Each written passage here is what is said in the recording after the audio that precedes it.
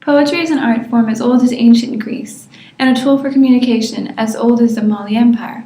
In the past few decades, poets have been reclaiming poetry from their dusty library books and speaking the words of their poems out loud again for live audiences. Mommy's making mambo in the domain of the Del Valle kitchen. My mother is the dictator. I refer to it as Carmen's culinary queendom. She becomes a cuisine conquistadora, wielding a freshly sharpened knife like a sword above her head. Here, Goya doesn't stand a chance. No prepackaged. She is the menu mercenary, the soldier of soul food. You need to back the hell up, cause mommy is making mambo. In the movie Voices from Texas, poet Pat Mora asked the question, how do we protect the story so it doesn't disappear? How do we honor it? Latino spoken word dates back to the floricantos in Aztec culture, as poets gathered to celebrate everything from community news to love, death, and heroes.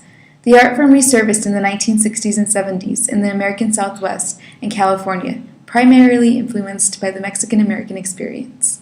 Alilista is one poet that recognized the strong Aztec traditions found in spoken word and organized the festival Floricanto, an annual event that convened Chicano writers and critics to share and critique their work. It's nice that you can claim your clan to purebred pedigree descendancy, but middle passages mark the makeup of my amalgamated Afro-Boricua ancestry. I know it's kind of hard to see the motherland legitimacy in me, but I can't deny the fact that Yoruba songs lay in the lines of my mother's palms as she puts her hands up, offering up psalms, seeking the calm offered by God's son, cause when the day is done, the color of my skin still marks me as an alien in the country of my birth. I can't check myself into a box. I be ignoring mommy straight and papi's nappy locks in me, the Chi-Town, Midwest, windy city in me, the bebop, hip-hop, non-stop, salsa con sabor, queen of soul in me, the growing up next door to Mexicanos with orale cabrones, tacos and tamales in me, the B-girl days while spitting flames and painting trains in me, the taína con dolor in me, the Marvin Gaye and sweetened lemonade on sunny days in me, the descendancy that doesn't deny the darker shades of skin in me, the what in me? Latinos have played an important part in the history of the spoken word. In New York especially, much of the focus of Latino poetry has been on its oral traditions, the need to be loud, and the need to shout out the stories of immigrants in the inner city.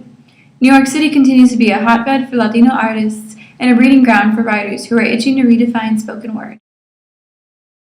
Through the 90s, spoken word exploded with the contributions of Latino artists like Willie Perdomo, Edwin Torres, Mariposa, and Guillermo Gomez Peña. As Francisco's lungs filled up with water, he remembered his last night out with his friends. How his mother had wanted to cook dinner for him, but he didn't want to spend another hour in that cramped apartment where she cooked for 6 of his brothers, his 2 uncles and their compadres. Instead, Francisco invited Jose and Diego out to the movies because that's what Americans did. Now his soul is an ancestor in the Euphrates. Chicano blood, mixing with Arab soil, returning to the Garden of Eden by way of the U.S. Army, same way it had come. Only now, he would finally receive something he had been promised. An officially sealed envelope on top of Old Glory. Citizenship had never been earned so graciously. Even if it comes posthumously, at least extend it to the victim's family.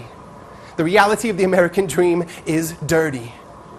Why should Chicanos have to die to earn the approval of this society?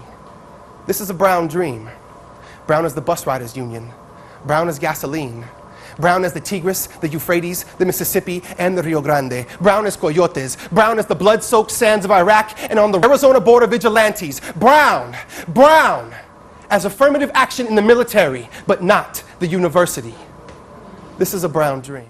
The new poetry delves into brown culture, issues of immigration, violence, poverty, unskilled labor, drugs, and gangs. But where there is anger and frustration, there is also a celebration of being American and talking about the fresh treasures of Latino life. These performances fully capture the energy, emotion, and impact of spoken word as it relates simultaneously to the colorful culture and the hard realities of the street. Everyone has a voice, and everyone has to use their voice because nobody else's voice is like yours. Nobody else can speak for you, nobody else can think for you, nobody else walks in your shoes.